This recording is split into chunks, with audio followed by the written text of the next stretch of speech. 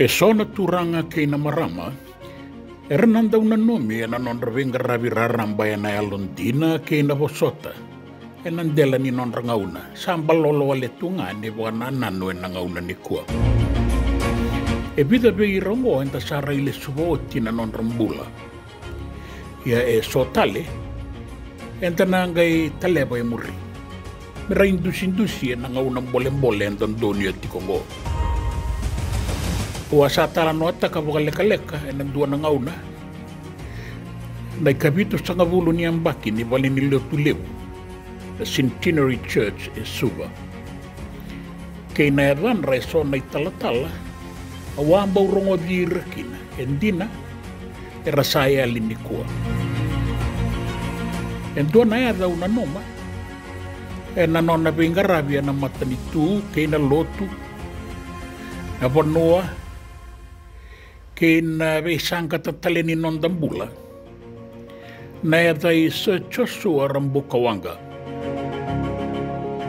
E ndua na nonda matani tu ki vanua tani, e turanga ni walu, dau veli utaki, kan dau ni sere na kena veta sa redaki.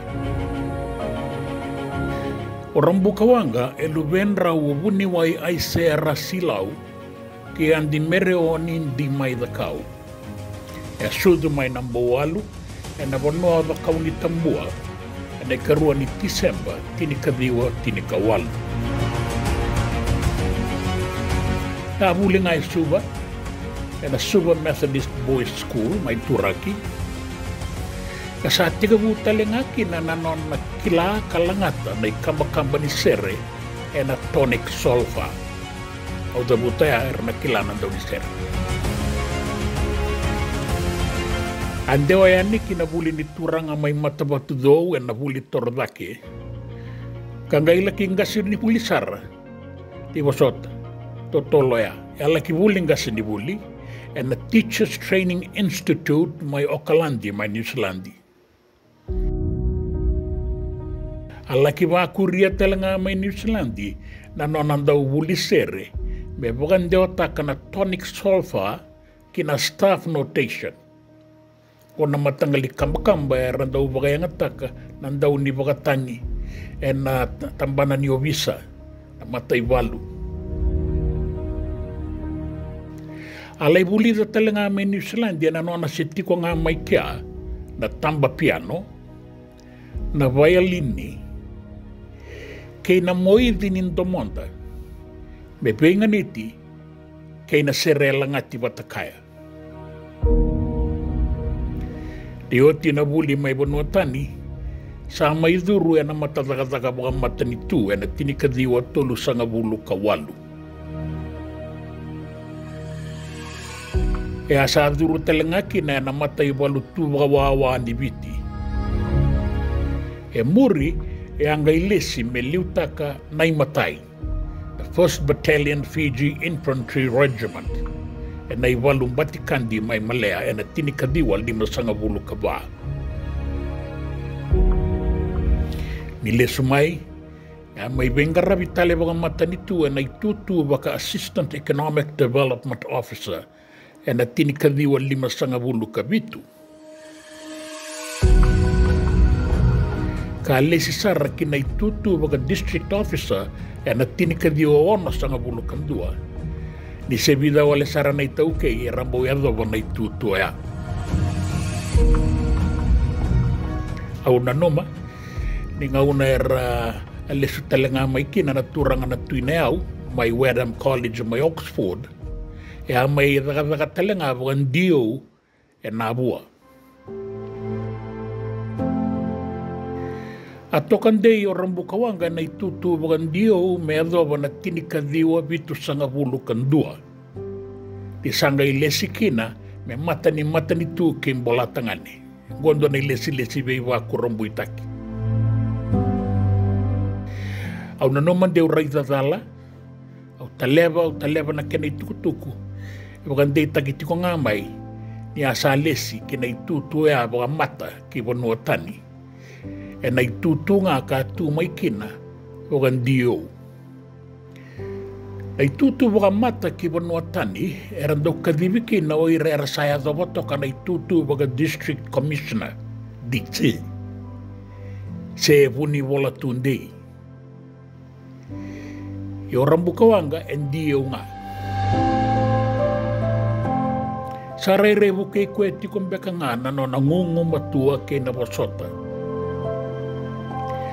Na lakopa nai tutu waka mata ki mbola tangane, e awenga rawi tale ngā kina, e na tailewu ke Europe. Ni oti lima na mbaki, sa lesi tale menonda mata kina vei matani tu e na nonda iwasa ni burabura, kei na Pasifika e na tini ka diwa vitu sanga wulu ka lima. E na tini ka diwa vitu sanga wulu ka vitu, sa solikina wana koroini ngongo matua na Order of the British Empire, OBE, kasama ka tokai talenga kina meadana o Sir Josua Rabukawaqa.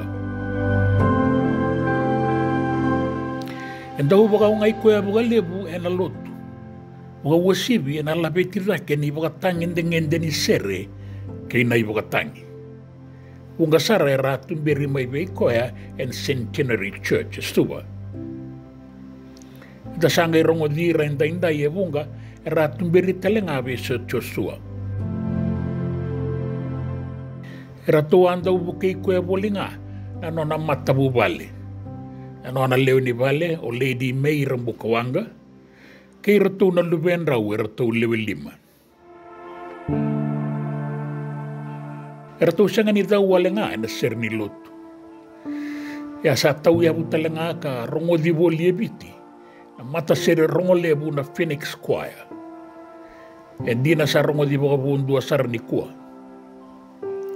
E ratoa baka bulan-bulan takatalenga na sere ni wanua makawa. Baka wasibi na kena kambulia o Percy Bucknell. Vei wanua unda usokota voli toradake o lambasa e da soli. Kirisimasi na maki. Kombau na yanu. Kei na bunga tale. Na Phoenix Choir e rā lewe na taumanda e sona daulanga seri kila i e na nonda wanua. E wakata ki ratou na vei ngā neni mai rukuruku. O Elisabeth e una isi kei luke tamani.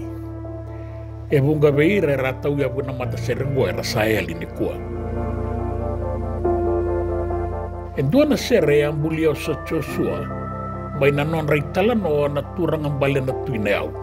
E na non rai lako-lako ni besi ko mga matani tu ki na tokalau e loma. E adana na tiri koto e loma ni wasaliwa. E rapola na ngoni turangang balengo na ginon rai talanoa. Di rasa mai talani koea na non dalewe ni matai walu e na iroro ni wangabuka me sa lesu tale mai kibiti. Na nonra i lako-lako ea, e ranga i bolakina, e na nonra boka na nanunga. Nanganga ni sere ke na i talanoa, ni nonra boka na nanunga mai kibiti, ni sala ki tu sara mai bakayawa, na tokalau e loma ni burubura.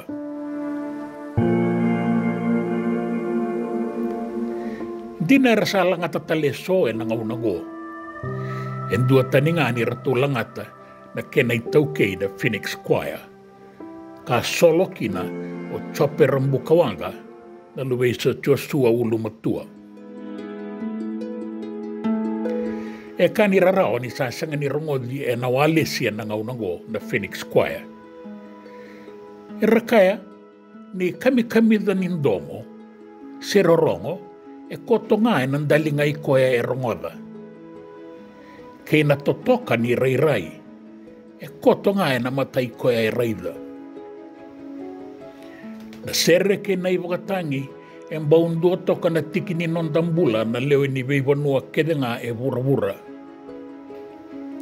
Baleta ni maroroikina na kenda i tukutuku. Kei na nonda i tukuni. Ai talanoa ni ngau nanduindu i endandonuia. O kenda na i taukei, e a tekabu e na meke kei na vudu. Sanga indeo mai e na sere. Ambao dua toka nangadangada ni mbula ni sokalo na langa sere. Me baka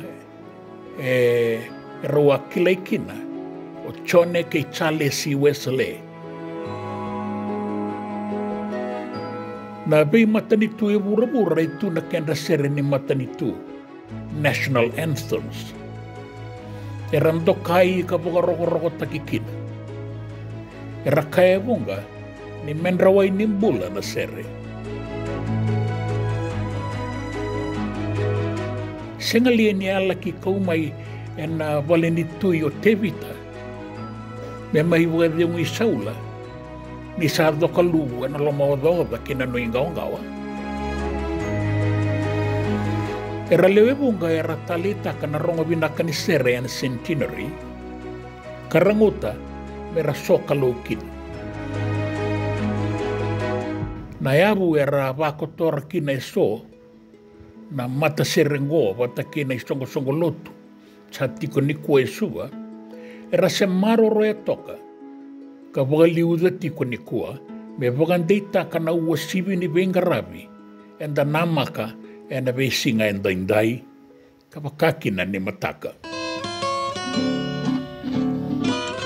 Endina ni rasaya elieso me wakata ki Sir Josua Rabukawaqa era sambiuta kotomai so na indusi ua sivi ni vengaravi rarama ni Samoa.